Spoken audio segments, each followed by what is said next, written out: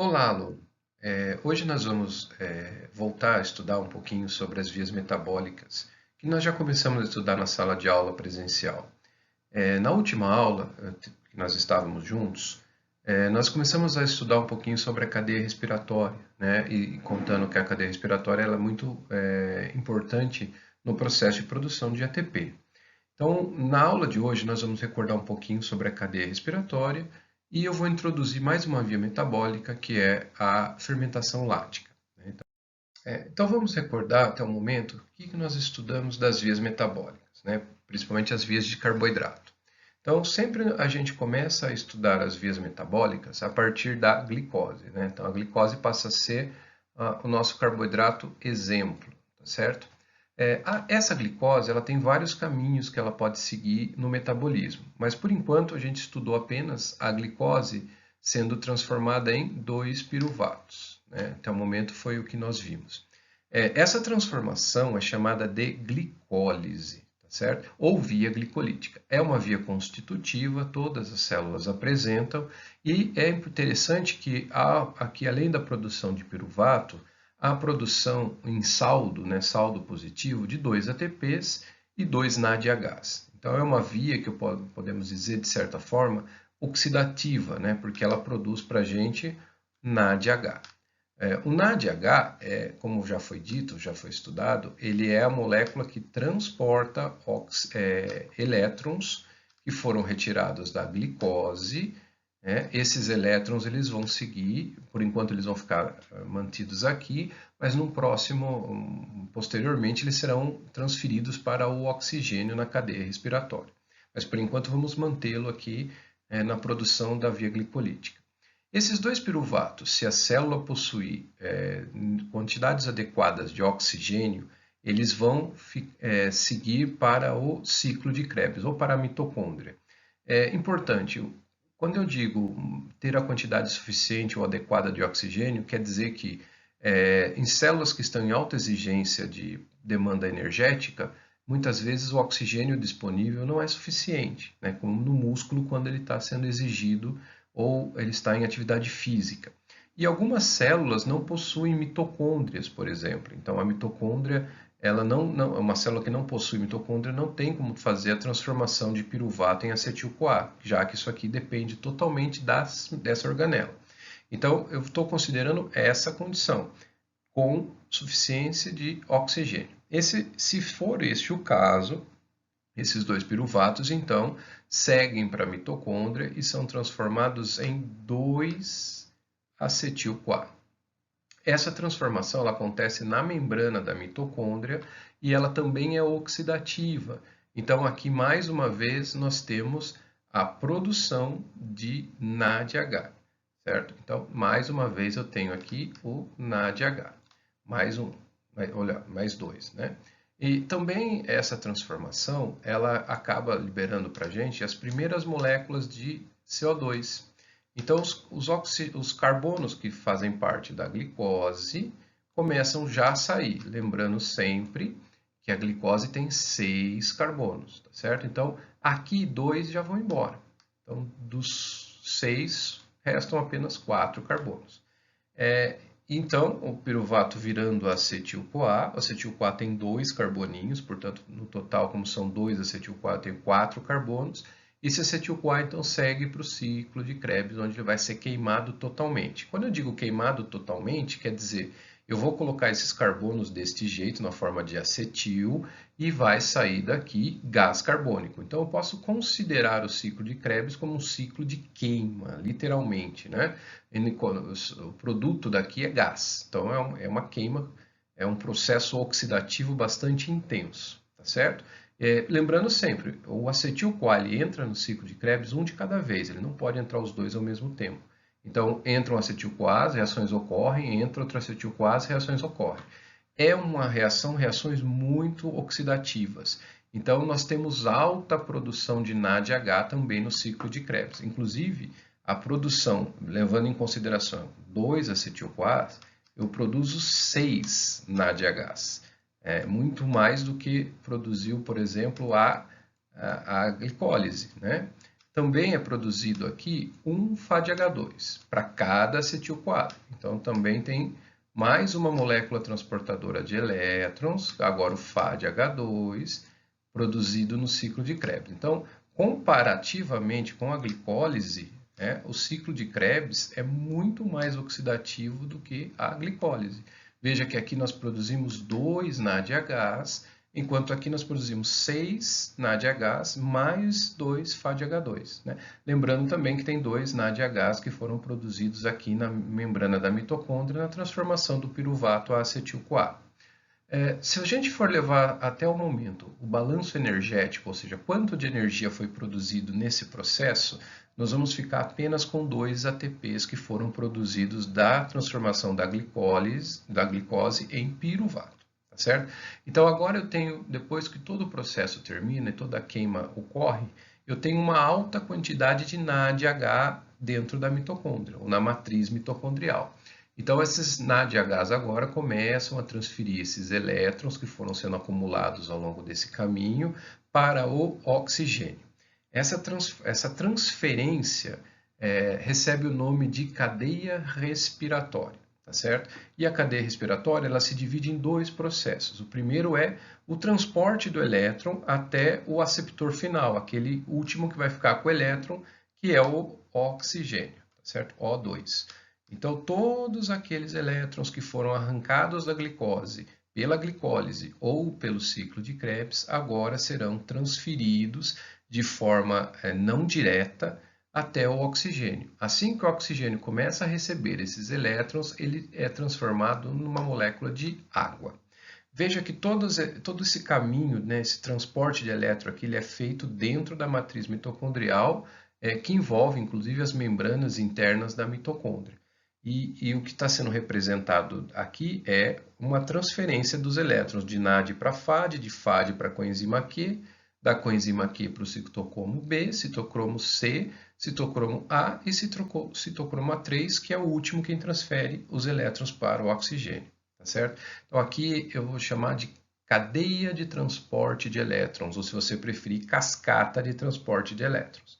Esta é uma parte da cadeia respiratória. A outra parte é a transformação do gradiente de próton, né, do bombeamento de próton que ocorreu pela cadeia de transporte de elétrons, acoplada à transformação ou ATP sintase, né, a transformação de ADP em ATP, ainda na matriz mitocondrial. Tá certo? Então, até o momento que nós estudamos foram esses processos: glicólise, piruvato sendo transformado em acetil-CoA, ciclo de Krebs e cadeia de transporte de elétrons com a transformação ou produção de ATP. Vamos olhar agora um pouquinho com mais detalhe como acontece a cadeia respiratória, tá certo? Então aqui está colocado para vocês os complexos multiproteicos que existem na mitocôndria.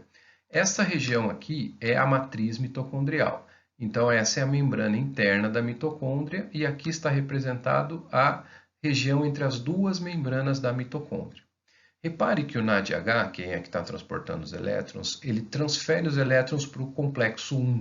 Está vendo aqui o elétronzinho representado? E, claro, concomitante com essa transferência do elétron para cá, há o bombeamento para cá do H+, do próton, né? E a gente vai, com isso, concentrando os prótons, os H+, que estavam na matriz, agora no espaço entre as duas membranas da mitocôndria.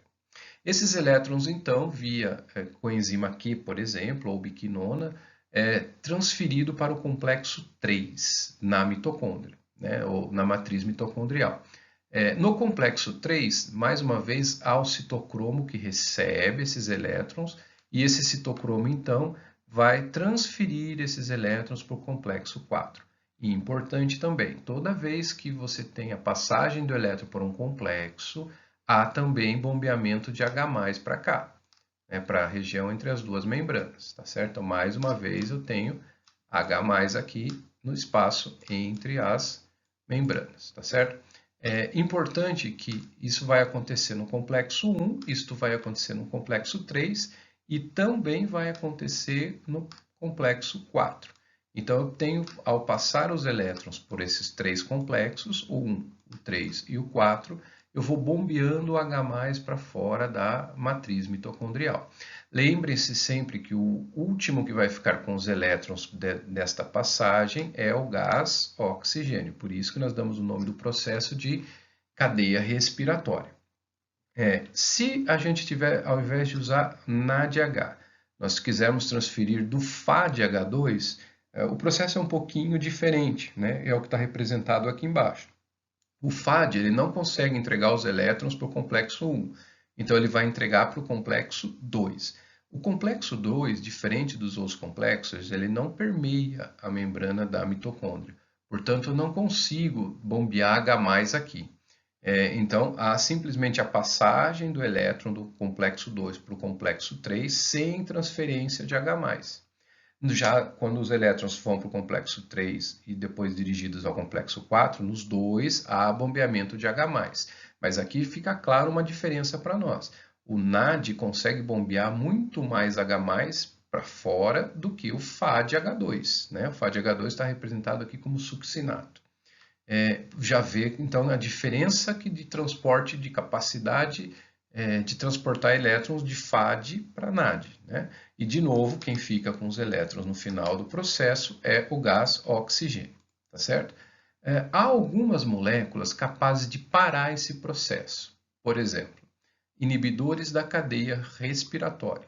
Nós temos o monóxido de carbono. O monóxido de carbono ele é capaz de interferir nessa passagem dos elétrons para cá, portanto é uma molécula extremamente tóxica para o ser humano, uma vez que se a gente não conseguir transferir os elétrons entre os complexos, a gente vai ter uma redução muito drástica do nível de ATP e provavelmente a célula entra em morte muito rapidamente. Uma outra molécula que é capaz de agir e bloquear essa transferência de elétrons é o cianeto, né? Também é conhecido já um potente toxicante, né? Capaz de bloquear então as passagens do elétron. Então está mostrado para vocês um pouquinho da transferência dos elétrons pela cadeia respiratória. Bom, vamos agora discutir a segunda parte da cadeia respiratória, que é a produção do ATP propriamente dita. Né? Então, como eu havia colocado, a passagem do elétron pelos complexos 1, 3 e 4 vão bombeando H+ para fora da matriz mitocondrial. No final das contas, quando isso acontece muito, né, eu tenho do lado de cá uma alta quantidade de H+, e dentro uma baixa quantidade de H+, que estão representados por positivo sendo H+, e negativo sendo o contraíon, né, a molécula que seja, uma vez que você tire positivo daqui e passe positivo para cá, fica negativo na matriz mitocondrial. Então, de certa forma, a gente cria um aprisionamento de cargas de um lado da membrana em detrimento de outro. Isso cria para a gente um potencial, uma força chamada de força protomotriz. E esse H+, que foi concentrado no espaço entre as membranas, consegue voltar para dentro da matriz mitocondrial através de um sistema chamado de ATP sintase. Então, quando o H volta para cá, ele volta com uma força muito grande, né? Uma força potencial muito grande, e ao voltar para a matriz, é possível então que agora a gente transforme o ADP mais fosfato em ATP. Esse processo é altamente energético e capaz de produzir muito ATP. Né? Daqui a pouco vamos mostrar um pouquinho de como é feita essa conta para a gente chegar na quantidade de ATP produzida ao passar os elétrons pela cadeia de transporte de elétrons e pela fosforilação oxidativa, que é essa transformação essa volta do H+ e transformação de ADP em ATP. Tá? Então, essa é a cadeia respiratória. São dois processos que podem e devem ser dependentes um do outro. Então, a passagem do elétron deve ser concomitante com a volta ou do H+ para dentro da matriz mitocondrial e produção do ATP, tá certo? Bom, então, quando não tem oxigênio, então se a gente voltar um pouquinho aqui, né? Se você não conseguir transferir os elétrons para o oxigênio, o que acaba acumulando dentro da célula é NADH. Então, os NADHs, eles são limitados, nós não temos uma alta quantidade dentro da célula, ele precisa passar esses elétrons para o oxigênio. Mas vamos supor que isso não seja possível, que o NADH não consiga transferir os elétrons para o oxigênio por várias razões. Uma delas é que não temos oxigênio suficiente, né? Então eu começo a acumular dentro da célula NADH. E isso começa a te trazer problemas, porque se você tiver todos os caminhões carregados com elétrons, todos os transportadores carregados com elétrons, haverá falta dos caminhões ou dos transportadores vazios, né? Uma vez que eu tenho uma baixa quantidade deles dentro da célula, vai começar a faltar NAD sem elétrons. Então imagine a seguinte situação, eu começo a não ter mais NADH, ou melhor, NAD+. Dentro da célula, o ciclo de Krebs começa a diminuir seu ritmo, porque eu não tenho mais as moléculas que vão receber os elétrons do processo oxidativo, e começo a acumular os caminhões todos carregados, esperando o oxigênio para ser transportado, para ser liberado para o oxigênio. E começa então a interferir no ciclo de Krebs, né? O Krebs começa a ter dificuldade em ocorrer por conta da falta de NAD+. Mas não só lá. Nós vimos que, por exemplo, aqui, ó, como representado, isso aqui é a glicose e esse aqui é o piruvato, né, o ácido pirúvico. Também eu preciso ter NAD para pegar os elétrons, para buscar os elétrons da glicólise. E então veja só a situação, se eu não tiver mais os NADs para fazer isso, para os NADs vazios vir buscar os elétrons daqui e transferir isso para o oxigênio, eu corro o risco de bloquear a glicólise. Se isso ocorrer, a célula não tem mais de onde obter ATP. Portanto, isto não pode acontecer jamais. Então, de alguma forma, a célula vai dar um jeito de liberar os NADs que estão com elétrons e transformar novamente em NADs sem elétrons, tá certo? Como isso é possível? Através de uma transformação apenas, tá vendo? É possível que nessa situação, sem oxigênio, né? Então, eu não tendo oxigênio, sem O2, nessa situação, a célula transforma o ácido pirúvico ou piruvato em ácido lático ou lactato. Veja que nesta transformação de ácido pirúvico para ácido lático, eu vou liberar o NAD sem elétrons, ou seja, é uma redução. O NAD que estava com elétrons carregado, ao ser utilizado na transformação do ácido pirúvico para o ácido lático, ele vai liberar os NADs novamente para que a glicólise não pare e para que o ciclo de Krebs também não pare. Essa, portanto, é chamada uma via metabólica, chamada de fermentação lática, tá certo? O ácido lático ou lactato, né, dependendo de onde ele é produzido, por exemplo, no músculo, né? Se for produzido no músculo, ele acaba levando a lesão muscular, né? O processo de dor quando você faz uma atividade física extenuante, que foi exigido de você uma quantidade de oxigênio que você não tinha, para que o músculo não entrasse nessa fadiga ou, né, quebra da glicólise ou parada da glicólise, esse ácido pirúvico precisou ser transformado em ácido lático que foi acumulado no músculo durante o processo. Esse ácido lático ele leva dias para sair do músculo e enquanto ele está sendo produzido e liberado no músculo ou mantido lá, causa uma lesão e dores terríveis, né? Dores muito fortes. Há uma outra célula capaz de fazer essa transformação sem problema, porque não tem realmente oxigênio nessa célula, que são as hemácias. Então, as hemácias, naturalmente, por não ter mitocôndria, é capaz de transformar o ácido pirúvico em ácido lático constantemente. E esse ácido lático é liberado no sangue, né? O lactato é liberado no sangue, nós vamos ver mais para frente que esse ácido lático que foi produzido e liberado no sangue, ele é recolhido pelo fígado novamente, tá certo? Então está apresentado para nós uma via metabólica importante, só que ela ocorre nessa condição, chamada de fermentação lática. Sempre vale lembrar e fiquem atentos a esse problema aqui, ó. Não ter NAD para fazer as vias metabólicas. Portanto, eu crio um mecanismo para que a gente obtenha o NAD vazio novamente para que ele vá buscar os elétrons, tá certo?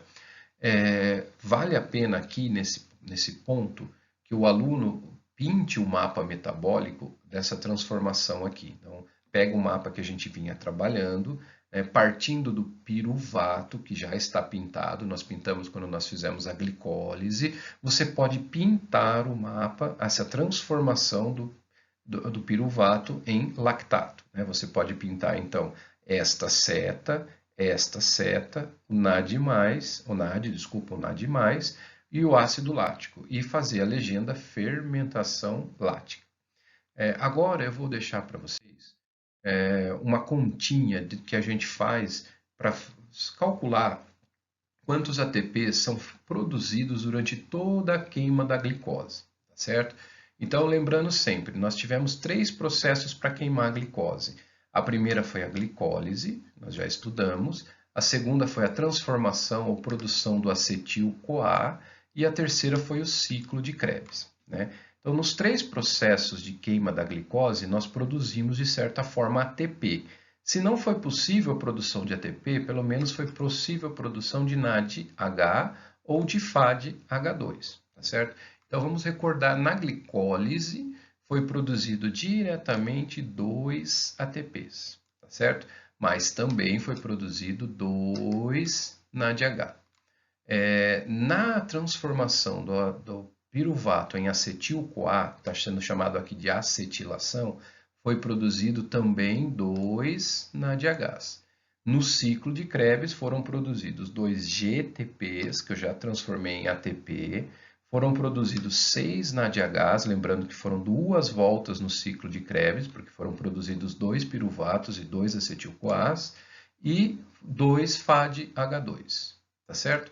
Se você reparar nessa coluninha, nós temos já ATP sendo formado aqui na glicólise e aqui no ciclo de Krebs, embora aqui seja GTP. E o que está sobrando para nós, ou para transformar, são os NADHs e o FADH2 em ATP. Para isso há uma regrinha, né? Só lembrando que eu coloquei aqui a regrinha vezes 3 para o NADH, mas alguns livros trazem como vezes 2,5. Então, para você saber quantos ATPs equivale ao NADH, é só você fazer vezes 3. Então, 1 NADH equivale a 3 ATPs, ou, em alguns livros, 2,5. Então, como foram produzidos 2 NADHs na glicólise, nós temos a produção de 6 ATPs quando os elétrons do NAD forem transferidos para o oxigênio na cadeia respiratória. O mesmo acontece aqui com os 2 NADs que foram produzidos, 2 NADHs que foram produzidos a transformação do acetil-CoA, ou melhor, do piruvato em acetil-CoA. Então, mais uma vez, eu vou fazer vezes 3, como eram 2, dá 6 ATPs. No ciclo de Krebs, mesma coisa, foram produzidos 6 NADHs, vezes 3, 18 NADHs. E 2 FADH2. Aqui há uma diferença. Os FADs, como eles não transferem os elétrons para o complexo 1, a quantidade de ATP que eles produzem é menor do que NADH. Portanto, aqui eu vou fazer vezes 2, né? Então, 1 FADH2 equivale a 2 ATPs. Como são 2 FADH2, então eu tenho aqui 4 ATPs. Se você somar 2 da glicólise direto, mais 6 que vieram do NADH da glicólise, mais 6 que vieram do NADH da transformação do piruvato em acetil-CoA, mais 2 do ciclo de Krebs diretamente, mais 18 que vieram dos NADs do ciclo de Krebs, NADH do ciclo de Krebs, e mais 4 que vieram dos FADH2 do ciclo de Krebs, nós vamos chegar a 38 ATPs, que é o que a gente considera como quantidade de energia obtida da queima de uma única glicose. Importante, alguns livros trazem esses números um pouquinho diferentes, tá?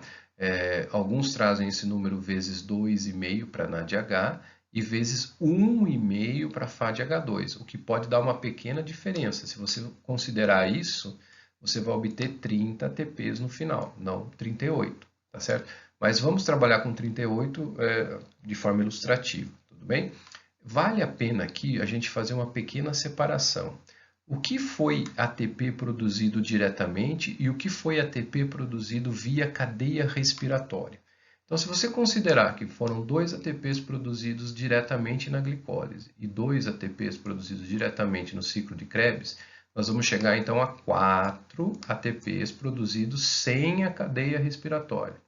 Já com a cadeia respiratória, ou seja, possível passar os elétrons do NADH e do FADH2 para o oxigênio, nós conseguimos produzir 34 ATPs. Então veja a diferença de produção de ATP sem mitocôndria com mitocôndria, sem oxigênio com oxigênio. Então aqui mostra para a gente como é eficaz a queima da glicose na presença do oxigênio em detrimento da falta de oxigênio, tá certo? Aqui nós podemos dizer que há uma diferença de aproximadamente 15 vezes, né? Com mitocôndria e sem mitocôndria na produção do ATP. Bem, agora eu vou deixar com vocês duas questões que a gente vai discutir na nossa aula ao vivo de terça-noite, né? Então eu coloquei aqui bem simples, mas para a gente ter um assunto, né? Eu poder começar a ver se ficou claro para vocês a aula de hoje. Então, analise os casos e indique o motivo bioquímico dos sintomas que foram apresentados. Então, o primeiro caso, CJ correu muito e sente dores nas pernas. Então, quais são, né, vamos olhar aqui, qual é o motivo bioquímico desse sintoma? E no segundo caso, PL, foi para um local frio, ligou a lareira, não abriu a saída de gases de combustão e desmaiou. Então, por que ocorreram esses sintomas, né? Pensando na bioquímica, por que eu tive dor e por que eu tive desmaio no segundo caso, né? Primeiro dor, no segundo desmaio. Qual a relação bioquímica que tem esses casos, né? Então, vou deixar isso para vocês, espero que vocês estudem esses processos e que a gente possa, então, discuti-lo na terça-feira, tá certo? Então, fica aqui o convite para o chat ou para a nossa sala de Zoom, que está marcado no nosso horário de aula, né? Então, por favor, confira o nosso horário de aula e até a próxima.